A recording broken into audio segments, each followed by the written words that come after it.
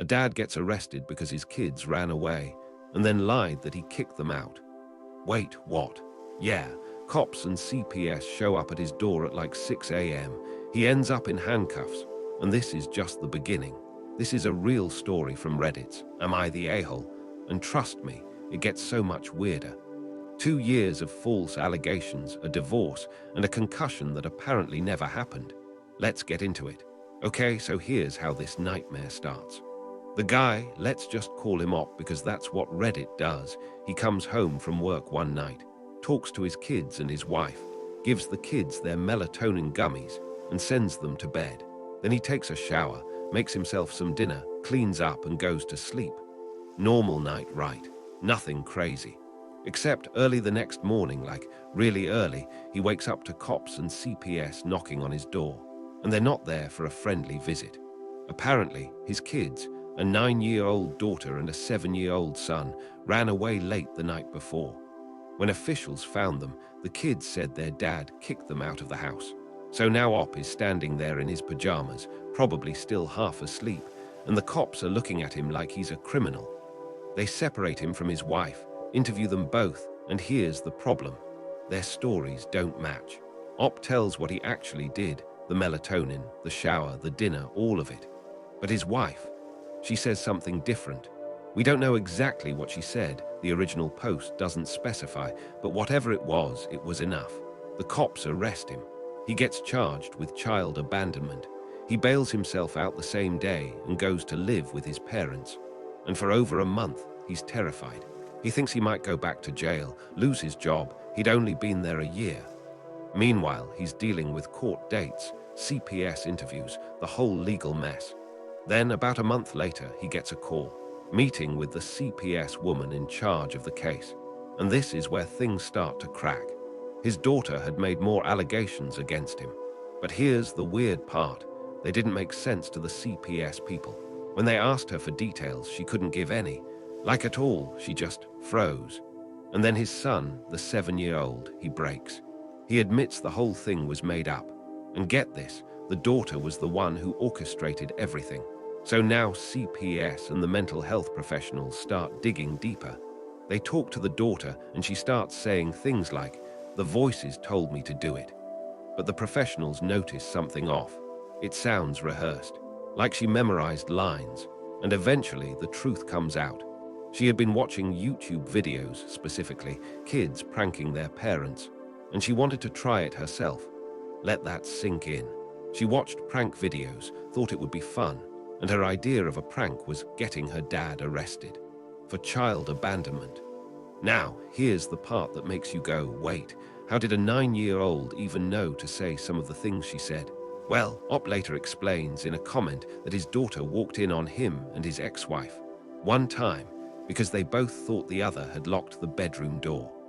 So she had been exposed to things a 9-year-old probably shouldn't know about. But still orchestrating a fake runaway, false allegations, getting the police involved. That's not a prank. That's way beyond. And the tablets. The kids had gotten YouTube-capable tablets from their grandmother for Christmas the year before.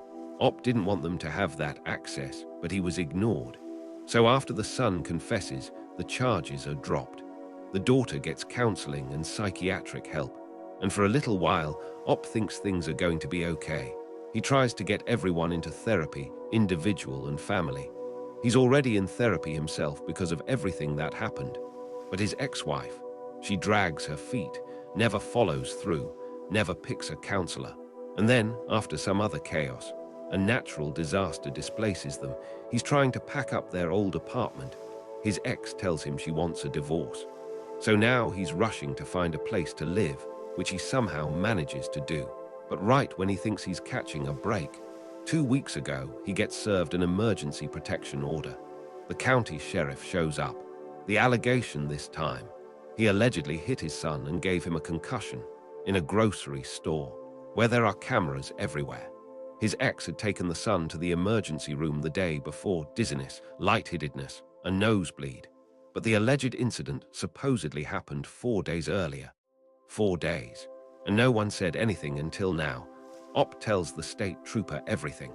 He shows videos of his kids playing at the park the same morning of the supposed concussion. He shows his bank receipts proving when he was at Walmart. He points out that the store has cameras. And as of now, no charges have been filed. But here's the thing that really gets me. He had just told his ex that because he was paying over $2,000 for a new house, deposit, utilities, first and last month's rent, he wouldn't be able to cover some bills this month. But he said he'd catch up as soon as he could. And then, almost immediately after that conversation, she takes the son to the ER and claims abuse. Coincidence? Maybe. But after 2 years of this, 2 separate sets of false allegations, 1 year apart, you start to wonder. And Op says this time he firmly believes his ex is behind it. The first time he didn't think she was involved. He thought it was just the kids, well, the daughter, being influenced by YouTube. But this time, with the timing of the bills, the emergency protection order, the grocery store lie, he's not so forgiving. And the worst part, he hasn't seen his kids since the day after the alleged concussion. He dropped them off at his grandparents' house, and that was it. Now he's looking into security cameras for his house and a discreet body camera to wear anytime he might be around them, just to protect himself from more lies. So that's where things stand at the end of the original post. A dad who did nothing wrong, 2 years of false allegations, an ex who may or may not be pulling the strings, and 2 kids caught in the middle of something way bigger than a YouTube prank. So after the first set of false allegations gets cleared up, Op thinks maybe, just maybe, things are going to calm down. He's in therapy. He's trying to get the whole family into counseling. He's doing everything right. But his ex-wife, she's not interested. She keeps dragging her feet on therapy, never picks a counselor, never follows through. And then, on top of everything else, a natural disaster hits. They get displaced. Op is scrambling to pack up their old apartment, trying to keep things together. And that's when she drops the bomb. She wants a divorce, just like that. No counseling, no trying to work it out, just we're done. So now Op has to rush and find a new place to live, which luckily he does. He actually moves in tomorrow, he says. But here's where it gets worse. Way worse. 2 weeks ago, he gets served an emergency protection order by the county sheriff's office, an EPO, meaning he can't go near his kids or his ex. And why? Because he allegedly hit his son, gave him a concussion in a grocery store. A grocery store with cameras everywhere. Let me read that again. Cameras everywhere. So his ex takes the son to the emergency room. The kid has dizziness, lightheadedness, a nosebleed. But the alleged incident that supposedly happened 4 days earlier, 4 days, and no one called the police. No one filed a report, nothing. Then 4 days later, she takes him to the ER, and suddenly it's Dad's fault. Op is blindsided. He tells the state trooper everything.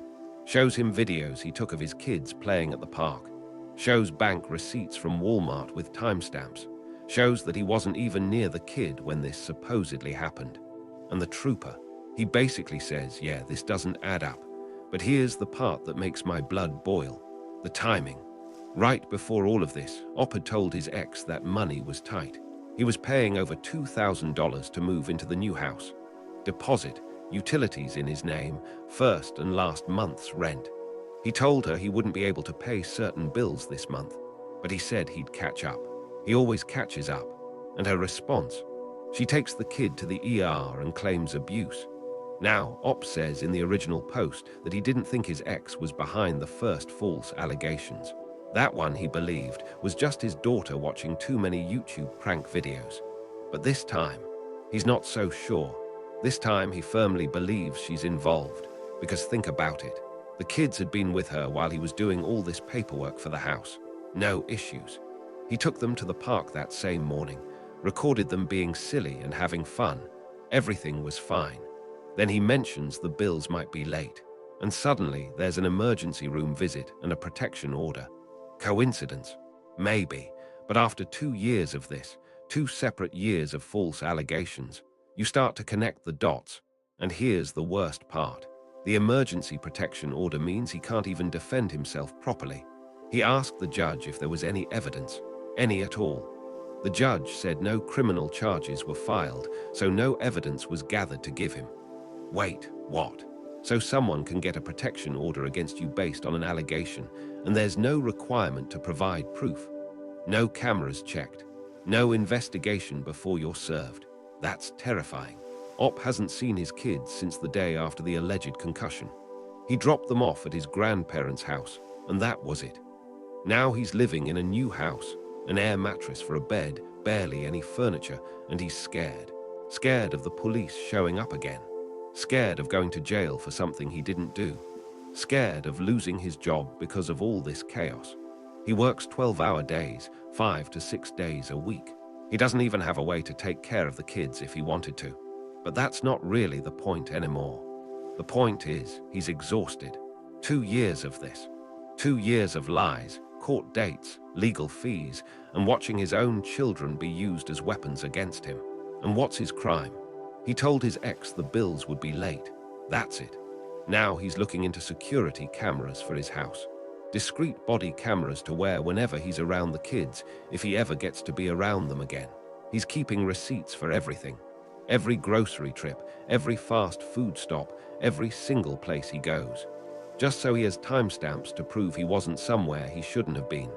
This is what his life has become. Not a dad, not a co-parent, a suspect in his own life. And the emergency protection order, still active, still hanging over his head. He has a court date coming up, but no one can tell him what evidence exists because no one bothered to collect any. So here he is. Divorce pending. False allegations, round 2. An ex-wife who may or may not be coaching their children to lie. A son who went to the ER for dizziness and a nosebleed, and somehow that became a concussion that dad allegedly caused in a store full of cameras. And the cameras, no one has checked them, or if they have, no one's telling Op. Because why would they? He's already guilty until proven innocent. Again. So after everything, the arrest, the false allegations, the divorce, the protection order, Op sits down with his therapist. And he says something that probably took a lot of courage to admit. He wants nothing to do with his kids or his ex-wife anymore. Not because he doesn't love them, but because he's terrified. 2 years in a row of false allegations. 2 years of wondering if he's going back to jail. 2 years of being looked at like a monster. He's done. He'll pay child support. He even had an agreement with his ex before all this. $1,000 a month, $500 per paycheck. He's fine with that. Just leave him alone. And honestly, can you blame him? Now the Reddit community weighs in, and for once they're pretty united. Top comment says, "Not the a-hole. I am one of the loudest fight for your kids advocates ever. It takes a disaster for me to think a parent should distance themselves. You, sir, have a disaster here. Ouch. But true." Another user points out something Op hasn't fully considered. They ask, how sure are you that your ex isn't the one orchestrating all of this? It seems extremely unlikely that without her orchestrating it, both your kids would make up such nonsense one after another. And here's where Op clarifies something important. He says in the comments that he doesn't believe his ex had a hand in the first incident, the runaway, the YouTube prank thing. He thinks that was just his daughter being influenced by bad content online. But this second time, the concussion allegation, the timing with the bills, the emergency protection order. This time, he firmly believes she's behind it. So it's not that he thinks she's been pulling strings the whole time. It's that something changed. And whatever changed, it's making things so much worse. Reddit gives him some solid advice. One user says, before you end up in jail, you need to stop this. Let her go to court to file for support. Ask for supervised visitation. Do not be alone with the children ever. Everything you do needs to be through the courts. Another suggests getting a custody agreement immediately. They will court-order therapy for the daughter, they say, because she clearly needs it. And here's a really smart one. Communicate with your ex only through a court-approved parenting app. These apps share chat records with the court, so they cannot be deleted or hidden by either side. That's actually brilliant. No, he said, she said. No deleted texts. Everything is recorded, time-stamped, and admissible. Op reads all of this. He takes it in, and he starts making moves. He's looking for a lawyer. He's researching body cameras. He's securing his house. He's gathering every receipt, every video, every piece of evidence he can find. But here's the heartbreaking part. He says, "I'm still questioning if this is the right decision. I'm just not sure what else I could do. I work 12-hour days, 5 to 6 days a week. I have no way to take care of the kids. Am I supposed to get to the point where supervised visits aren't needed anymore and just wear a body camera around my own children and be scared all the time? Looking over my shoulder constantly just to make sure I don't end up in jail again." And you can hear it in his words. This isn't anger. This isn't revenge. This is exhaustion. Pure, deep, bone-tired exhaustion. He doesn't want to walk away from his kids, but he also doesn't want to be a paranoid mess 24/7. And right now, those feel like the only two options. So he's stuck between loving his children and protecting himself, between being a father and being a felon, between hope and fear. And honestly, I don't know what I'd do in his shoes. Do you? So Op comes back with an update, and right off the bat, he's honest. He says, "When I first posted, I was not in a good headspace. To be honest, I'm still not. But it's a little bit better." And you can feel that. You can feel how heavy this is for him. He clarifies a few things from the original post. The false allegations started last year when the kids were 9 and 7. When he said 2 years, he meant calendar years. So 2 separate years, 2 separate incidents. Not 2 continuous years of non-stop accusations, though honestly, that might be worse. He also explains more about the night the kids ran away. Turns out, his wife sleeps on the couch because of an old injury from childbirth, a contraction issue during an epidural. So she was downstairs. He and the kids were upstairs. The next morning, cops and CPS at the door. That's when he got arrested for child abandonment. It took over a month for the truth to come out. And the only reason his daughter finally admitted she made it all up, because she couldn't give details when CPS asked. She just couldn't keep the lie going. Now, fast forward to the present update.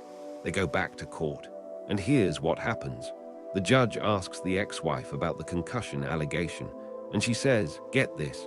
After talking with the state trooper, we have decided not to press criminal charges. We have decided, not the prosecutor, not the police, her." So Op asks the judge, "Is there any evidence, anything at all from this investigation?" And the judge says, "Since no charges were filed, no evidence has been gathered to give you." Wait, hold on. So someone can accuse you of giving your kid a concussion, get a protection order, drag you to court, and then just decide not to press charges, and suddenly there's no record, no evidence, nothing you can use to clear your name. That's terrifying. So Op stands in front of the judge, and he says something that must have taken everything he had.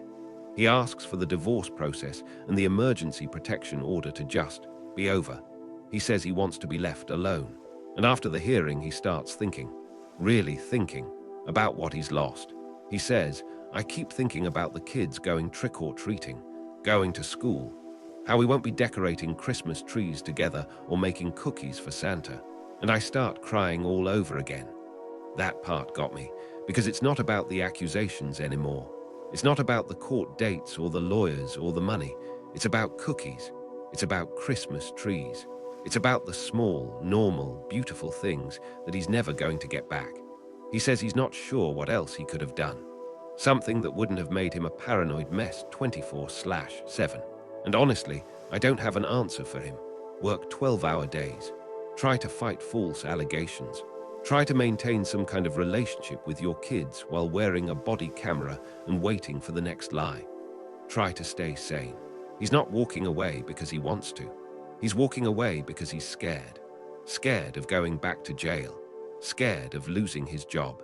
Scared of one more phone call, one more sheriff at the door, one more moment where his whole life falls apart again. And the saddest part, he's probably right to be scared. So just when Op thinks it can't get any more exhausting, he gets a call. He'd left a voicemail for the CPS agent on the current case, the concussion allegation, asking for any update. And she calls back. She had to look in her case notes. But here's what she found. Everything, all of it, unsubstantiated. Let that sink in. Unsubstantiated. Meaning there was no evidence to support the claim that Op hurt his son. No proof. No witness. Nothing. He should be getting the official paperwork in a few days to a week. And he doesn't even know how to feel. Relieved, obviously.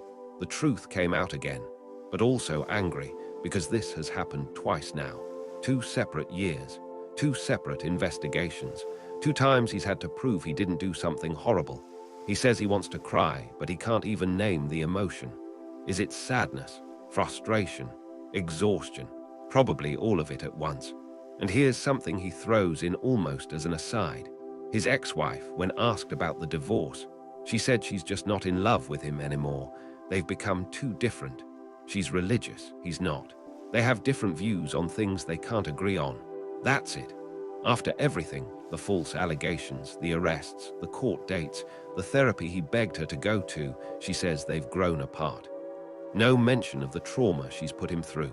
No acknowledgement of the lies. Just, we're different now. Op had tried, by the way. After the first incident last year, he wanted to get them into marriage counseling. He got recommendations, gave her a list, said she could choose whoever she wanted.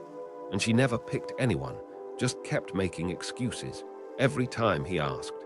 So yeah, she wasn't in love with him anymore, but she also wasn't willing to try. Now, alongside all of this emotional chaos, Op is just trying to survive. Physically survive. He says, and this broke my heart a little, I only just got a full-sized fridge 2 days ago. I only have an air mattress for a bed. He's living in a new house, the one he drained his savings for, and he doesn't even have furniture. No bed, no fridge until 2 days ago. He's just existing, in survival mode. He's gathering paperwork though. He put in a request to the State Police Records Department to get copies of everything, evidence, lack thereof, any documents they have. He's also getting his son's medical records to see exactly what the ER found back when this all started. He knows some people on Reddit don't believe him. He says, I have nothing to gain from lying about this. I'm just going on survival mode. And you can hear how tired he is, not just physically tired, soul tired. The kind of tired that comes from being accused, investigated, cleared, and then accused again. The kind of tired that makes you forget what normal feels like. He ends this update with a really sad sentence. He says, I want things to go back to January when all I had to worry about was the fact I was recovering from a car wreck and couldn't even help take down the Christmas trees. Let that land. He's nostalgic for a time when he was recovering from a car accident. Because at least then, no one was trying to put him in jail. That's where he is. That's his baseline now. Not happiness, not peace, just less chaos. And honestly, after everything he's been through, even that feels like a win. So we get to the final update. And honestly, it's not what I expected. Op starts by saying he tried to find something to do on his days off. His first thought, an animal shelter near his house, less than a 5-minute drive. But it's closed on his days off. He checks neighboring counties. Same problem, or they require orientations on random days he can't predict.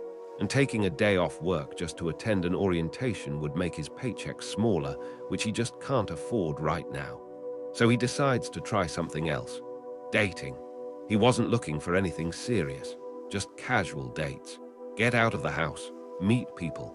He makes a profile on a dating app, kind of forgets about it, but here's where it gets unexpectedly wholesome. One of his pictures is of his cat, an orange cat that presents as a tuxedo cat. 0 brain cells, apparently. And a woman messages him not about him, but about the cat. How cute it is, how it matches one of hers. They start talking about their cats. Then things get flirty. He asks her out. And it goes really well. They have the same sense of humor, the same interests. His friends tell him he found a female version of himself. But here's the part that got me. After about a month of talking and occasional dates, he sits her down. He says he has some things to tell her and then something to ask her. And he's completely upfront. He tells her everything. The false allegations, the arrests, the protection order, the 2 years of hell. He even shows her the paperwork proving he was innocent. Then he asks her, do you still want to stick around? Or do you want to walk away before you get dragged into any drama? And she hugs him. She cries for him, which makes him cry. And she says she's sorry he had to go through something like that. Then once they stop flooding his house with tears, his words, not mine, he asks if she wants to make things official. And she says yes. He was so sure that once he told any prospective girlfriend what happened, they would run. But she stayed. Now they're taking it slow, not rushing anything, but still. He finally has something good, but here's the thing. The fear doesn't just go away. He says he's still scared. Scared that something else will happen. Scared of cops showing up with new allegations. Scared of running into his ex or his kids at the grocery store and somehow getting arrested on the spot. Every time a police car drives by his house, his anxiety spikes. He has cameras covering his front door, back door, and where he parks. Cameras inside too. He tracks his location on his phone. He keeps every single receipt, grocery shopping, fast food, anything, just so he has timestamps proving where he was. This is what surviving looks like for him. Not living. Surviving. He still doesn't have answers. He doesn't know how his son got that concussion, if there even was one. He doesn't know if his ex is coaching the kids. He doesn't know if someone else is in their lives causing this. He might never know, but he's still searching, still gathering paperwork, still fighting for himself this time. And for the first time in 2 years, he has something to look forward to. A girlfriend who knows everything and stayed anyway. A cat that accidentally played matchmaker. A future that isn't just court dates and anxiety. He's not back to 100%, not even close, but he's moving forward. And honestly, that's huge. All right, after all that heaviness, let's end on something way lighter. This one's from Malicious Compliance, about a clueless temp manager who insisted on signing timesheets after payroll closed. Spoiler, it backfired beautifully. If you made it this far, you clearly love these stories. So here's a couple more on screen. And yeah, hit subscribe so you don't miss the next one.